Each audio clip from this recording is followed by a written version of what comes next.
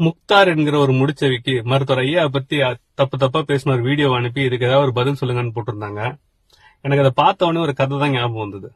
ஒரு ஊர்ல ஒரு சாக்கடை இருந்துதான். அந்த சாக்கடையில ஒரு சாக்கடை பண்ணி இருந்துச்சான். அந்த பண்ணி என்ன பண்ணுமா, அந்த சாக்கடையிலே பொழுதுனிக்கு விளையாடுமா. ஆனா அது கூட விளையாடுறதுக்கு ஆள் இருக்காதான். அப்ப என்ன பண்ணுமா, அந்த வழியா போற பெரிய மனுஷங்க மேல சேத்த வாரி சாக்கடையை வாரி அடிக்குமா. உடம்பு சிலுப்பி அவங்க மேல சாக்கடை அடிச்ச உடனே அவங்க கோச்சிக்கிட்டு பண்ணிட்டு சண்டைக்கு வருவாங்களாம். யாராவது இழிச்சுவா இந்த பண்ணி ஒரு பொருட்டா மதிச்சு சண்டைக்கு வந்தாங்கன்னா சாக்கடையில விழுந்து அவங்களோட புரண்டு ஒரு 1/2 மணி நேரம் சண்டை போடுமா. அவங்க அடிச்சாலும் வாங்கிக்கும். அந்த சண்டை முடிஞ்சு அவங்க எந்திரிச்சு போகும்போது வெள்ளை வெள்ளேர்னு வந்த வேட்டி சட்டையோட வந்த ஒரு பெரிய மனுஷனா எப்படி சேர்த்து சாக்கடையுமா பூசி விட்டோம் பார்த்தியான்னு பண்ணி உள்ளுக்குள்ள சந்தோஷமா இருக்குமா. இந்த பண்ணியோட வேலையே இதுதானா.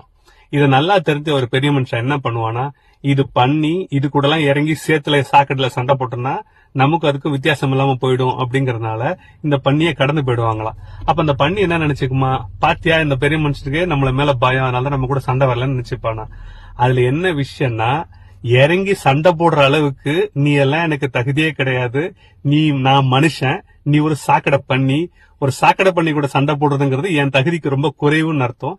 அதனால தன்னை பெருமையா நினைச்சுக்கிட்டு அந்த பண்ணி என்னத்த பேசினாலும் அது பண்ணிங்கிறத புரிஞ்சுக்கிட்டு கடந்து போறதுதான் பெரிய மனுஷனுக்கு அழகு. இவ்வளவுதான் இந்த பத்தி நம்மளோட கருத்து. மிக்க நன்றி. Good night.